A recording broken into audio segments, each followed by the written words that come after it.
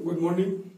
और हम इस वीडियो में देखेंगे कि भारत की जीडीपी अभी गिर रही है, 23.9 पर चली गई है। तो ये जीडीपी क्या होता है, जीडीपी के गिरने का मतलब क्या होता है, क्यों गिर रहा है और इसे कैसे उठाया जा सकता है, इन सब पर चर्चा करेंगे। देखिए जीडीपी इतने चर्चे में क्यों रहती है, आप अक्सर सुनते होंगे जीडीपी इतना ये इंपोर्टेंट चीज क्यों है, इसे आप पहले जाने। देखिए सबसे पहले जीडीपी होता क्या है।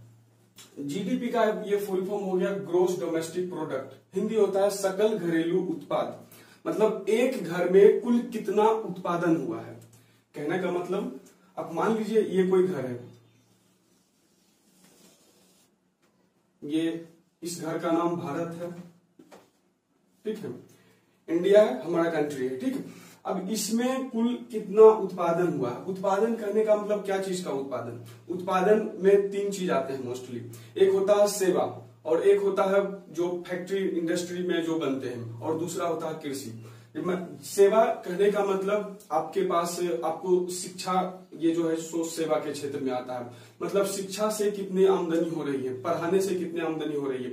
मेडिकल आपका सेवा का क्षेत्र आता है, मतलब आपके इलाज करने से कितने डॉक्टर को कितनी आमदनी हो रही है, ये सारी चीजें।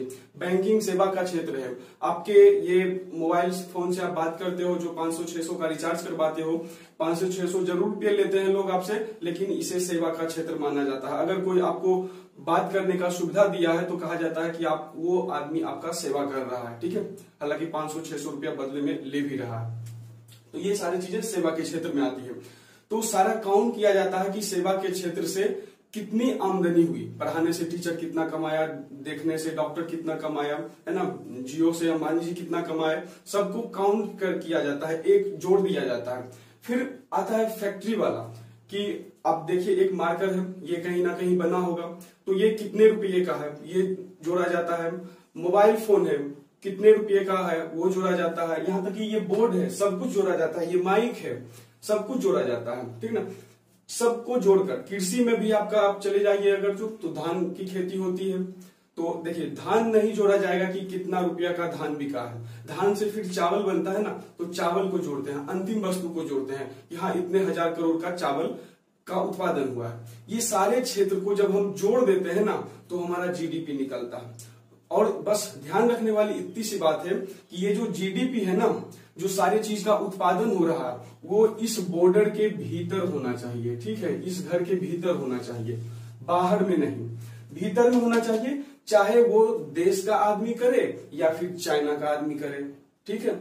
यहाँ पे फैक्ट्री लगना चाहिए, इसके भीतर कहीं फैक्ट्री लगकर कुछ उत्पादन हो रहा है, तो जितने भी उत्पादन होंगे सबके मूल्य को जोड़ देंगे और हम कहेंगे कि ये हमारा जीडीपी है, ठीक है, ग्रोस डोमेस्टिक प्रोडक्ट है, हमने इतने का प्रोडक्शन किया है अपने देश में। आप देखिए सबसे बड़ी जो अर्थव्यवस्था है, मतलब सबसे ज्यादा उत्पादन करने वाला देश दुनिया में नंबर 1 है, जो यूएसए है, अमेरिका है।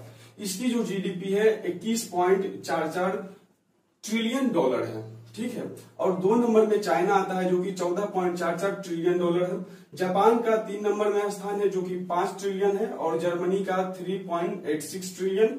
फिर अपना इंडिया देखिए तो 2.94 ट्रिलियन डॉलर का अर्थव्यवस्था भारत का है, जो कि दुनिया में 5वां सबसे बड़ा अर्थव्यवस्था है, ठीक है।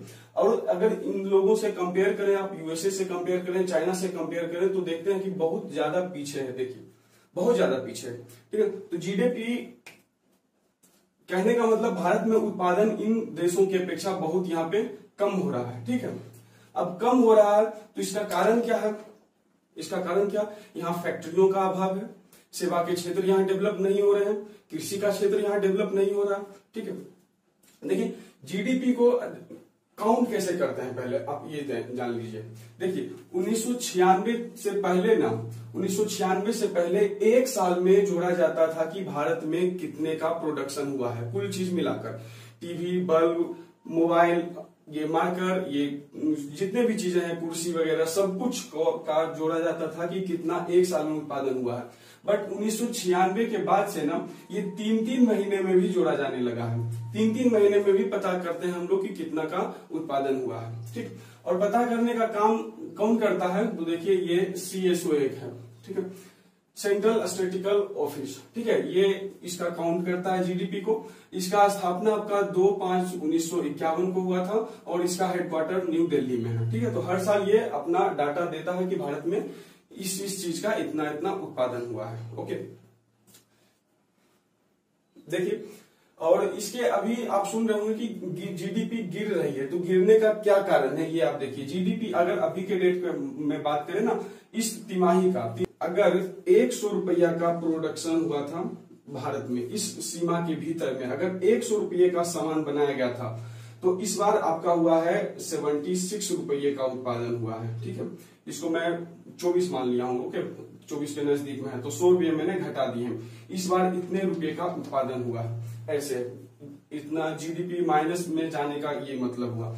जबकि जो ये पूरा साल है 2020 और 2021 का, मतलब कि आपका 2020 के अप्रैल महीने से 2021 का मार्च महीना तक का जो जीडीपी रहने का अनुमान है, वो आपका लगाया गया अनुमान -3.2% इतना रहेगा, मतलब माइनस में ही रहेगा, ठीक है। आप पिछले 5 साल का अगर देखें जीडीपी, इसके गिरने का कारण आप साफ साफ कह देंगे ना कि ये इतना कम क्यों हो गया है, तो आपका जवाब आएगा कि लॉकडाउन लगा हुआ पूरे देश में, कोरोना वायरस की वजह से आया। लेकिन आप देखें पिछले 5 साल का, तो 2016 से 2017 में जीडीपी ग्रोथ था 8.3%। कहने का क्या मतलब है, अगर 2015-16 में भारत में उत्पादन हुआ था 100 रुपये का, तो आपका ये 16-17 में उत्पादन हुआ था 108.3 रुपये का उत्पादन हुआ था। जितने भी चीज का उत्पादन हुआ था सब मिलाकर 803 था, मतलब ये ग्रोथ हो रहा था इतना, जो कि बहुत अच्छा ग्रोथ माना जाता है। 8% का ग्रोथ होना जीडीपी में बहुत अच्छी ग्रोथ है। ओके, तो देखिए लगातार यहाँ पे डिक्रीज होते गया है भारत का अर्थव्यवस्था। ये 8.3 से घटकर 4.2 आ गया। यहाँ तक आपका कोई कोरोना वायरस कहीं पे नहीं आया था, ठीक है ना। अभी बहाना बना दोगे कि कोरोना वायरस है, इस दौरान कौन सा वायरस आया हुआ था, ये कौन क्यों गिर गया, सीधे देख रहे हो, सीधा आधा हो गया, 8.3 से 4.2 हो गया। इसका क्या वजह है, देखो मैं एक एक करके इस सारे पर डिस्कशन करता हूं। पहले तो एक चीज और आप देख लो कि ये जो गिरने का काम है ना, ये सबसे अधिक गिरा हुआ कब था जीडीपी हमारा, 1979 से 80 के दौरान, जो कि -5.2% थी। इससे कम कभी जीडीपी ग्रोथ हमारा नहीं गया था। लेकिन इस बार लगता है ये रिकॉर्ड भी तोड़ देगा। अनुमान तो ये लगाया जा रहा है -3.2 रहेगा, बट अगर कुछ सरकार उचित कदम नहीं उठाई तो ये रिकॉर्ड भी टूटेगा और जीडीपी और गर्त में जाएगी। अब हम कुछ गिरने का जो वजह है उस पर चर्चा कर लेते हैं और कैसे इसको सुधारा जा सकता है उस पर चर्चा कर सकते हैं, ठीक है। देखिए पहली बात तो ये है, आप यहाँ पर अगर आप आगे देखिएगा तो एक स्टूडेंट बनकर देखिएगा, आप कोई सरकार का विरोधी या कोई सरकार का समर्थन के नजर से नहीं देखिएगा, ठीक है। अगर ऐसा है कि मोदी जी का आप समर्थन करते हैं तो आप वीडियो को छोड़ सकते हैं या फिर डिसलाइक भी कर सकते हैं, ठीक ना। देखिए गिरने का आपका कारण क्या है, ये तो चलिए अभी इसका चर्चा बाद में करेंगे, क्योंकि अभी ठीक है कोरोना वायरस का थोड़ा सा इफेक्ट है। ये देखिए इससे 4% ये क्यों गिर गया है, 8.3 से 4.2 क्यों आ गया है, इसका क्या वजह है। इसमें देखिए क्या क्या हुआ था इस दौरान, आप ध्यान से देखेंगे तो इस दौरान क्या क्या कामें हुए हैं जो देश के आर्थिक स्थिति को प्रभावित किया है। इस दौरान नोटबंदी हुआ, इस दौरान जीएसटी लागू किया गया है। मोदी सरकार की जो आर्थिक पॉलिसी है ना वो बहुत ही गड़बड़ रही है, ठीक है। इस वजह से ये सारे गिरे हैं। अब कहिएगा कि नोटबंदी से कैसे हो गया, जीएसटी से कैसे हो गया, ठीक है। तो इसका जो है ना प्रभाव बहुत ही बुरा पड़ा है। जीएसटी जो है ना जब लागू किया गया था देश में, तो ये दुनिया का मतलब भारत जीएसटी लागू करने में जो टैक्स वसूली करने का रेट रखा था ना, वो दुनिया का दूसरा सबसे हाई रेटेड टैक्स था। अब बताओ क्या आपकी पब्लिक दुनिया में दूसरी सबसे अधिक कमाई करने वाली है? जब दूसरी सबसे अधिक कमाई करने वाली नहीं है तो दूसरा सबसे अधिक रेट का टैक्स उस पर क्यों लगा रहे हो? तो इससे बिजनेसमैनों को काफी नुकसान हुआ, उनका बहुत सारा पैसा टैक्स में जाने लगा, जो कि बहुत ही बुरी बात है बिजनेसमैन के लिए। टैक्स उनके लिए बहुत मायने रखता है, क्योंकि जब टैक्स बढ़ता है तो चीजों का दाम बढ़ जाता है, और जब चीजों का दाम बढ़ जाता है ना तो उसका सप्लाई मार्केट में थोड़ा सा कम हो जाता है, ठीक है। अगर आपको टैक्स बढ़ाना ही है ना तो चाइना से जो सामान लाते हो उस पर बढ़ा दो, उस पे अगर चाइना में कोई वस्तु है, अगर चाइना का कोई वस्तु है जिसका की लागत चाइना में 100 रुपया है, ठीक है, अब देखो 100 रुपया है, तो अब वो अपने देश के भीतर कोई किसी वस्तु का निर्माण किया है जिसका कीमत 100 रुपया।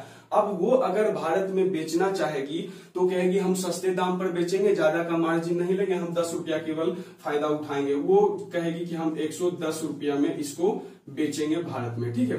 अब सरकार क्या कहती है, इस पर टैक्स लगा देती है। आप कहती है कि 110 रुपया में बेचिएगा तो हम 20% इस पर टैक्स लेंगे, और इसका अगर 20% आप निकालते हैं तो 22 रुपया आता है, ठीक है, 22 रुपया था। अब बताइए, चाइना वालों ने 100 रुपया में कोई सामान खरीदा और 110 रुपया में बेच रहे हैं, और सरकार उस पर 22 रुपया टैक्स ले रही है, तो यहाँ तो चाइना वाले को घाटा लग जाएगा ना, उनका तो घर से 12 रुपया का घाटा लग जाएगा। 110 में बेचा और 12 रुपया सरकार को ही देना पड़ गया, मतलब उनको तो मात्र 88 रुपया मिला ना, 100 रुपये का चीज था और 88 रुपया लगा। तो करती क्या है, इसको मजबूरन दाम बढ़ाना पड़ता है, इसको 130 ना करके 110 ना करके 130 करना पड़ेगा, 140 करना पड़ेगा, कीमत को बढ़ाना पड़ेगा। और जब कीमत बढ़ेगा तो इसके सामान को लोग थोड़ा सा कम खरीदेंगे।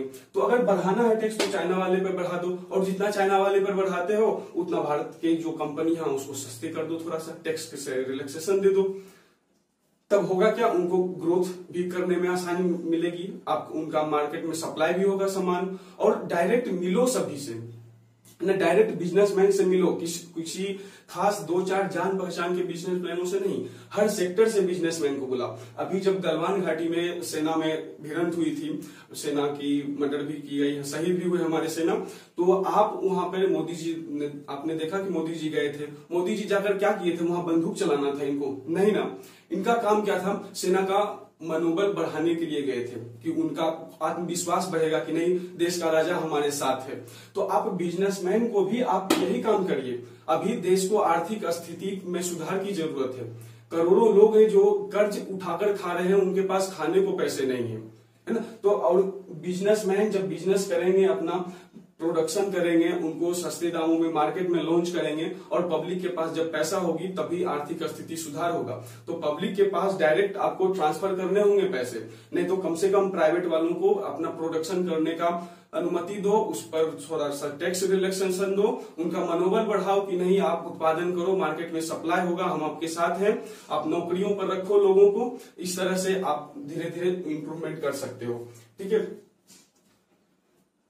तो देखिए, ये तो था डिमोनेटाइजेशन, जीएसटी का नुकसान। डिमोनेटाइजेशन से भी बहुत सारे नुकसान हुए हैं देश में, आपका बहुत सारी नौकरियां भी गई है, बहुत सारे जो छोटे मोटे कारोबारी थे उनको भी दिक्कत हुई है इसमें, और पब्लिक को सबसे ज्यादा दिक्कत हुई थी। कितनों का शादी होने वाला था, कितनों का कुछ जरूरी काम था, बीमारी के कारण अचानक नोट बंद हो गया, उनको तकलीफें हो गई। आप भारत की जनता से पूछो तो नोटबंदी सुनते ही एटीएम के बाहर खड़ी लंबी लंबी लाइनें याद आती है, ठीक है। बहुत मतलब कि उससे पैनिक हो जाते हैं लोग कि नोटबंदी बहुत ही गलत चीज है, बट आप मानो नोटबंदी बहुत ही बढ़िया चीज है काला धन वापस निकालने के लिए, ठीक है। नोटबंदी बहुत ज्यादा बढ़िया चीज है, आप इससे जितने भी काला धन थे ना सबको आप बाहर निकाल सकते थे, बट आपने ये भी गलत तरीके से लगाया, आपने इसे अचानक बंद कर दिया, लोगों के जरूरत का ख्याल नहीं रखा। और अचानक बंद अगर करना ही था तो आप पहले सारी व्यवस्था कर लेते, जितने भी एटीएम है वहां पे आप भर भर ट्रक पैसा पहुंचा देते, पहले निकालो जितना निकालना है। क्या चीज की कमी थी, आपको ट्रक नहीं थे, या नोट के लिए कागज नहीं थे, या फिर कर्मचारी की कमी थी, ले लेते कहीं से कर्मचारी, आप रिटायर्ड कर्मचारी को ले आते, बैंकिंग वाले से, सीबीआई वाले से कर्मचारी मांग लेते, आप आईबी वाले से मांग सकते थे, एनसीबी वाले से मांग सकते थे, कहीं से भी आप कर्मचारी ला सकते थे, सब कुछ की व्यवस्था थी आपके पास, आपको करना चाहिए था। और अगर नहीं किए हैं पिछला बार तो अब फिर कर सकते हो, है ना, कि सिर्फ आप व्यवस्था टू टंच रखना, आपको पहले से जानकारी लीक मत करवा देना किसी को, कि पहले से ये जानकारी मत लीक करवा देना कि मैं नोटबंदी करने वाला हूं, है ना। आपको शायद नहीं मालूम होगा, जब नोटबंदी हो रहा था देश में ना, जिस दिन हुआ था उसके 1 महीना पहले ही गुजरात के अखबार में छप गई थी कि नोटबंदी होने वाली है और उसके नया नोट जो ये रहेगा। लोगों ने क्या किया, बहुत तो पहले ने काले धन को गोरा में बदल लिया, और कई लोगों ने क्या किया कि अगर उसके पास 50 लाख रुपए हैं तो उसने 25 लोगों को पकड़ा और सभी के अकाउंट में 2-2 लाख रुपए करवा लिए, बंद करवा दिए, सेंड करवा दिए, और उससे काला धन गोरा धन में बदल गया। सारा का सारा पैसा आरबीआई के पास वापस पहुंच गया, है ना। तो आप उन खातों पर भी ध्यान रख सकते थे कि इसमें अचानक पैसे आ रही है, जो कि आपने नहीं किया, है ना। तो ये सारी दोष थी नोटबंदी करने का भी, डिमोनेटाइजेशन का, जिस वजह से काफी सारा नुकसान हुआ, लोगों के सामने सिर्फ परेशानियां ही परेशानियां आई हैं। ओके, और आगे हम बात करते हैं। देखिए, इम्प्रूवमेंट के लिए बहुत ज्यादा जरूरी है ना लोगों के पास पैसे हो, ठीक ना। और पैसे आप देखिए, जब ये लॉकडाउन लागू हुआ था, उस समय आपने लोगों के खाते में डायरेक्ट 1,000, 500 रुपए ट्रांसफर कराए थे। तब से लॉकडाउन के ये 5 महीने हो गए, क्या वही 500 और 1,000 अभी तक चल रहे हैं? आपको फिर भेजना चाहिए ना। अगर पैसे की कमी है तो पैसे की व्यवस्था करो, आपके पास कोई चीज की कमी थोड़ी है ये व्यवस्था करने में। आप निकलवाओ काला धन सब बाहर। आपको चुनाव से पहले आपने ये जोड़कर बता रखा था कि सबको इतने काला धन है जो 15 लाख रुपए सबको बांटा जा सकता है। अभी मुसीबत का दौर है, अभी नहीं करोगे तो कब करोगे? नहीं निकले तो उसको निकलवाओ, लोगों के बीच पैसे पहुंचाओ। जब लोगों के बीच डायरेक्ट पैसे पहुंचेंगे, बिजनेसमैन अपना प्रोडक्शन स्टार्ट करेगा, चीजों का खरीद बिक्री शुरू होगा, तभी जाकर अर्थव्यवस्था सही हो सकेगा, है ना। कुछ करना पड़ेगा। अब देखो, देश के जो आरबीआई के पहले पूर्व गवर्नर थे अभी से रघुराम राजन, और इंटरनेशनल से भी बहुत सारी ऐसी संस्थाएं जो भारत को लगातार सलाह दे रही है कि सरकार को कुछ करनी पड़ेगी, सरकार को कुछ करनी पड़ेगी, क्योंकि सरकार जो कदम उठा रही है अभी पब्लिक के लिए वो बिल्कुल ही नाकाफी है। इतना से बिल्कुल काम चलने वाला नहीं है। सरकार को कोई ठोस कदम उठाना चाहिए यहाँ पर, और ठोस कदम में यही होगा कि जीडीपी अगर बढ़ाना है तो बिजनेसमैनों को प्रोत्साहन देना पड़ेगा और उनका सामान लोग खरीदे, इसके लिए आपको पब्लिक के पास पैसा भेजवाना पड़ेगा। चाहे आप प्राइवेट नौकरी दिलवा कर दो, सरकारी नौकरी दिलवा कर दो, या फिर डायरेक्ट पैसे दो। अगर डायरेक्ट पैसे भी अगर मुफ्त में नहीं देना है तो कम से कम कर्ज ही दो, लेकिन रेट कम रखो। आप गांव में अगर रेट ब्याज की बात करते हो तो बहुत सारे मिल जाएंगे आपको गांव में ब्याज देने वाले, लेकिन पता है अगर आप उनसे 100 रुपया लोगे ना तो वो 5% रेट रखेंगे। 5% रेट ये होता है ना, मंथली रेट होता है। अगर 1 साल में जोड़ेंगे ना तो यही 60% हो जाता है। मतलब अगर आप 100 रुपये लोगे तो उसका 1 साल का ब्याज 60 रुपया एक्स्ट्रा हो जाएगा, मतलब कि ब्याज जोड़कर 160 रुपया हो जाएगा। अब बताओ, एक आदमी जो 8-10 हजार जो नॉर्मली कमाते हैं भारत में लोग, 5 महीने से 6 महीने से उनकी सैलरी बंद है, और पता नहीं कब आगे 5-6 महीने तक रहेगी या कितने दिन तक उनकी बंद रहेगी। अब वो अगर कर्ज लेकर खाना शुरू कर दें तो वो कभी क्या चुका पाएंगे? बताओ, 10,000 कर्ज ले लिया जो कि मंथली कमाते थे और उनका मंथली आमदनी अब बंद है, इसका आप अगर 60% निकालते हो तो 6,000 रुपया उनका हर साल का ब्याज हो जाता है। अगर 10,000 मंथली कोई आदमी ब्याज पर पैसे लेकर अपना खा रहा है तो बताओ वो तोड़ कब पाएगा ब्याज को? कभी तोड़ ही नहीं पाएगा, ये परिवार कभी ऊपर उठ ही नहीं पाएगा। तो कौन उठाएगा उसको? आपको मदद के लिए आगे आना चाहिए ना। जब आप अधिक पैसे कमाने वाले से टैक्स लेते हो तो कम पैसे कमाने वाले को दोगे क्यों नहीं? नहीं दोगे तो कैसे होगा? आप प्रोडक्शन करवाइए, चाहे देश के बिजनेसमैनों के द्वारा करवाइए या विदेश से भी बिजनेसमैन को बुलाइए, आप यहाँ उनको व्यवस्था सारा मुहैया कराइए। अगर नहीं है पैसा तो पैसा भी दीजिए उनको। आप चाइना के बारे में अगर जानते होंगे तो पता होगा, वो इंटरनेशनल इन्वेस्टर को, विदेश से लोगों को अपने यहाँ बुलाता है, इनवाइट करता है कि हमारे यहाँ फैक्ट्री खोलिए, क्योंकि फैक्ट्री खोलने से रोजगार मिलेगा हमारे लोगों को, इसलिए वो बुलाता है। और अगर पैसे की कमी पड़ती है तो वो खुद पैसा देता है कि लीजिए पैसा, बिजनेस करिए, हमारे देश में आमदनी होगी तो फिर मुझे वापस लौटाइएगा, है ना। और आप क्या है, आप भारत के बैंकों में जाइए, आपको पैसा नहीं मिलेगा। विदेशियों की तो बात ही छोड़ दो। अब विदेशियों को यहाँ भारत में बिजनेस करने से ना विश्वास उठ रहा है, उसे लग रहा है कि भारत अभी यहाँ बिजनेस करना बिल्कुल भी सही नहीं है। तो वैसे भी अभी की बात नहीं, पहले भी यहाँ इंटरनेशनल इन्वेस्टर नहीं आना चाहते हैं। क्यों? क्योंकि यहाँ सरकार उनको प्रेफरेंस नहीं देती है, उनको सुविधा मुहैया नहीं करवाती है, उनकी कॉस्ट कम लागत लगे इसके लिए कोई काम नहीं करती है। प्रोसेस बहुत जटिल है यहाँ पर, ये पोल्यूशन का कागज बनवाना है, ये कागज बनवाना है, वो कागज बनवाना है, तरह तरह के उलझन में उसको फंसा कर रखती है।